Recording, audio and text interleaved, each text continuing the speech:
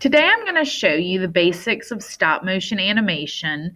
As you can see here, this is an example of my third graders who made some really great stop motion animations. So I want you to look at them and just get some ideas of how you could even use the stop motion animation. So this is going to just automatically go through all their slides very quickly.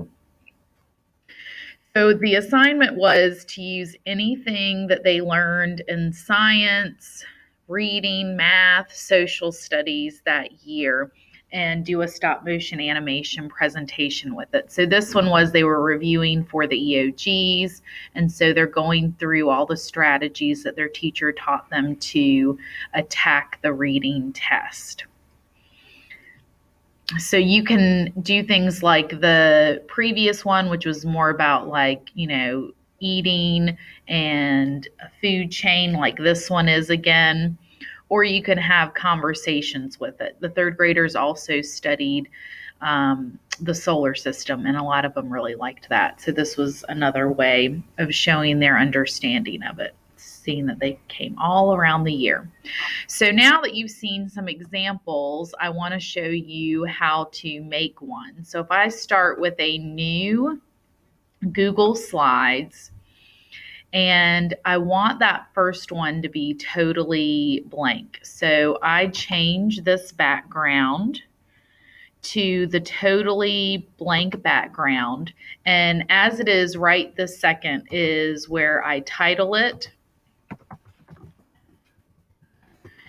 And this is how I sent it to the kids to do stop motion animation. It just had a title and a totally blank background. So at this point, when the kids have it, I showed them how to add a background. You can either click right there or do a right click and do change background. Choosing an image would be the first thing I would do, and you use the search. Now, I have in my mind that I want to do something with like a weather map. So I'm going to do a USA map as the background. So I think I'm going to have it look like this, and I'm going to select it. So now that I have the background that I want to use, I'm going to put images on top of it. So this is the easiest way to get to image, looking at the little mountain there and searching the web. So if I could put in a meteorologist. You never know how this might come out. And you want a PNG or a transparent. This makes it so that you can't see the background. But as you can see, like none of these are without a background.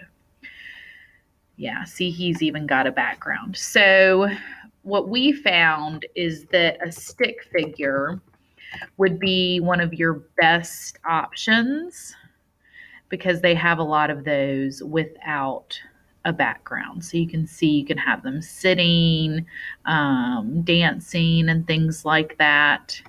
So I'm going to see if I could have like a teacher.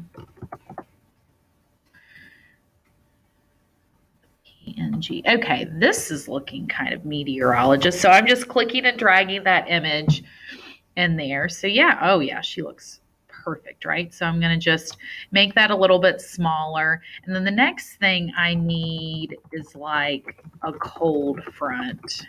And again, like a PNG that just helps it. So that's kind of what I am looking for. So I'm going to see if I can then just kind of rotate that around and make it a little bit smaller. Okay, so now that I have just my basic look of what I'm wanting right now is I come over here and I either do a right click and duplicate the slide, or you can do a control D when you're on the slide. At this point is when I've explained to students that they might want the person to say something. So going to the shapes and then call outs and adding something here. So you just click and drag. to add kind of the speech bubble. And the really important thing about when you're doing a stop motion animation is that it only appears one letter or one word at a time. If you noticed that in the third grade example, even the one word at a time can almost seem too fast.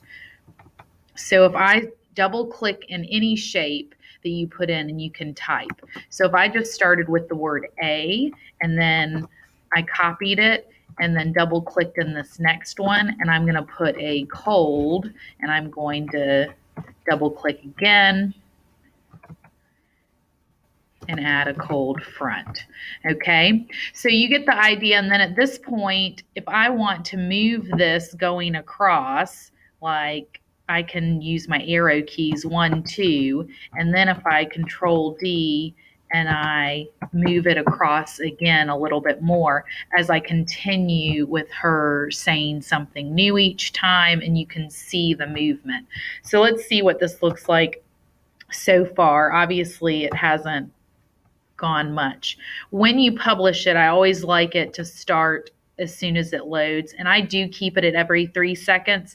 But what actually happens is when I control C and copy it and do a control V, I take away one of the zeros because those are like milliseconds. And so instead of 3 seconds, it's much shorter than that. So you can just see the very quick addition, and there's so much to do with this. I hope at this point you have a really good idea of something in your classroom that you think could be animated, any kind of cycle or process in any subject area. You could do this, and it's just a really cool way of kids showing what they know.